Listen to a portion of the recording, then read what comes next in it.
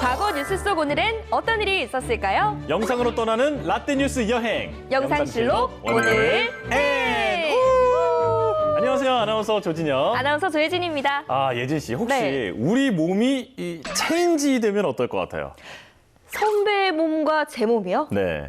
재밌을 것 같은데요? 네. 아니, 제가 최근에 네. 영화 그 체인지를 봤는데 이게 모범생과 말썽꾸러기인 두 친구가 이 어떤 번개를 맞고 몸이 이제 바뀌는 내용이에요. 아니 근데 저도 어렸을 때 종종 내가 누군가 그 유명한 누군가와 바뀌었으면 좋겠다 이런 생각을 했던 적이 있거든요. 네. 진혁 씨는 혹시 그런 사람이 있어요?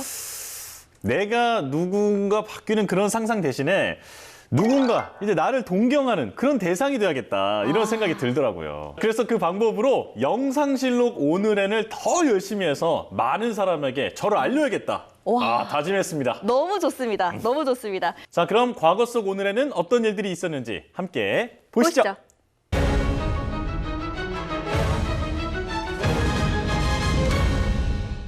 경북 구미에서 3살짜리 여자아이가 숨진 채 발견됐습니다. 전 국민의 공분을 샀던 구미 여아 사망 사건을 기억하십니까? 2021년 3월 31일 대검찰청에서 외할머니로 밝혀졌던 석 씨의 DNA 검사 결과를 통보했습니다. 그리고 DNA 검사 결과 석 씨가 구미 3세 여아의 친모였던 것으로 확인됐습니다. 그 구미 여아 사망 사건.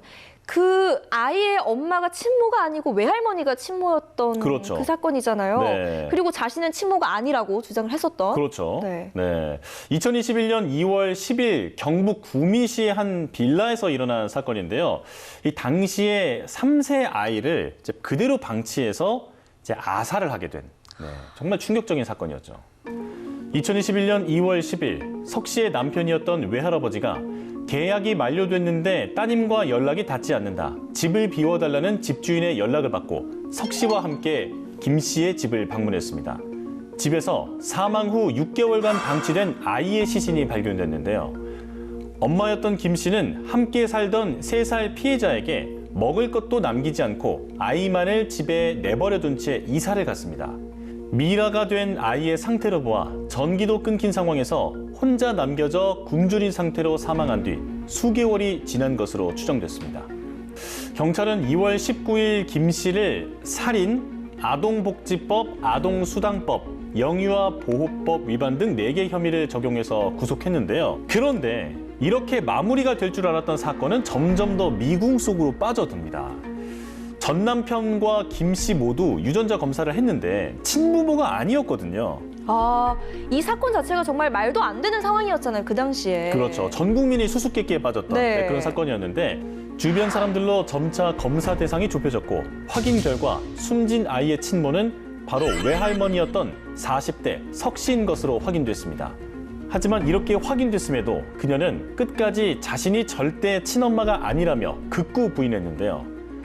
저는 애를 놓은 적이 없어. 진짜로 낳은 적이 없는데. 아르바인 어디 이 사건에서 잘못한 게 아무것도 없으세요? 그리고 2022년 1월 26일 항소심에서 징역 8년을 선고받았습니다. 결국 김 씨와 3살 피해 아이는 이부자매였던 거네요. 맞습니다. 이 석 씨가 불륜을 저질렀는데 그때 생긴 아이를 그 남편 몰래 출산을 한 거예요. 그리고 이제 비슷한 시기에 딸이 출산을 하니까 아이를 바꿔치기를 했던 거죠. 이 천사 같은 아이들이 다시는 이런 피해를 받지 않아야 됩니다. 네. 자, 그럼 이번엔 2001년으로 가보겠습니다. 예진이, 너희 아버지 뭐 하시노? 저희 아버지요? 저희 아버지 왜요? 아버지 죄송합니다. 지금 연극이에요. 네. 예진아, 우리 친구 아이가? 아이지, 우리는 아나운서 선후배 아닙니까?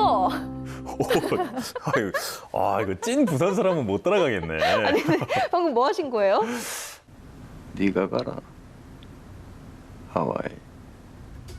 곽경택 감독이 연출한 영화 친구가 2001년 3월 31일 국내에서 개봉했습니다. 조폭 두목의 아들인 준석과 장례 지도사의 아들 동수, 샌님 모범생 상택, 분위기 메이커 중호까지 4인방의 어린 시절부터 성인이 되어 관계가 파국으로 치닫기까지를 담았는데요. 친구는 대표적인 한국 느와르 영화로 꼽히며 많은 사람들의 사랑을 받았습니다. 이 영화 속에서 정말 캐릭터들이 각자만의 색깔이 좀 뚜렷하잖아요. 그때 당시에 그 유호성 씨와 장동건 씨의 조합이 안 맞을 것 같으면서도 꽤 매력 있게 잘 맞았던 기억이 있어요. 맞습니다. 네. 이 아주 마초 남자다운 매력의 그 두 사람이 등장했고 시궁창 같은 현실 세계를 이제 잘 살려서 이제 더 영화가 높은 평가를 받기도 했죠.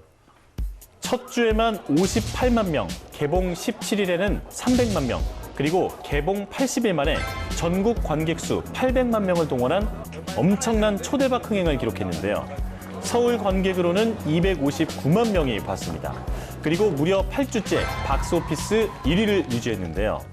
당시 최단 기간 100만 명 돌파, 최단 기간 600만 명 돌파, 개봉 주말 최다 관객 동원, 최다 예매표 판매, 최단 기간 제작비 회수 등 당시 한국 영화계의 기록을 모두 갈아치웠습니다. 와, 정말 대단하네요. 앞으로도 한국 영화가 점점 더 발전했으면 좋겠어요. 네. 자, 그럼 이번엔 1920년으로 떠나보겠습니다. 일제강점기인 1912년 폭력으로 억압했던 대표적인 식민지 악법인 태형. 태형을 받는 사람은 3개월 이하의 징역이나 구류형을 받은 사람 또는 100원 이하의 벌금이나 과태료가 부과된 사람 중에 지불이 불가능한 사람들에 한정해 적용했는데요. 1920년 3월 31일 조선의 태형령이 폐지됐습니다. 그러니까 쉽게 얘기해서 돈 없는 사람들은 몸으로 때우라 이 말이잖아요. 그러니까요. 아니 근데 태형이 정확하게 어떤 형벌이에요? 태형은 그 사람의 인체에 물리적 고통을 가하는 신체형인데 대표적인 전근대 형벌이죠. 그런데 일제가 이 사람을 때리는 태형을 조선인에게만 적용을 했고 비밀리에 집행하도록 했다고 합니다. 식민지 악법인데 그 당시의 차별적인 실상을 적나라하게 보여주는 거라고 볼 수 있겠죠. 일본은 1882년 태형을 폐지한 이후였는데요. 일본 관원들은 이 태형령 하에서 마음 놓고 조선인들을 폭행했습니다. 이게 그 고대 중국에서 범죄자한테 행하던 그 형벌을 우리나라가 받아들였던 거거든요. 근데 지금 생각해보면 좀 비인간적인 그런 형벌이 많았죠. 그리고 이 밖에도 3월 31일에 있었던 다른 역사를 살펴보면요. 1981년 3월 31일에는 각종 청탁으로 문제가 발생할 위험이 있어 청탁을 배격하는 범국민 운동이 실시됐습니다. 그리고 2007년 3월 31일에는 호주 시드니에서 제1회 어스아워 행사가 열렸는데요. 이후 매년 3월 마지막 주 토요일 오후 8시 30분부터 1시간 동안 소등에 참여하는 캠페인이 전 세계적으로 실시되고 있습니다.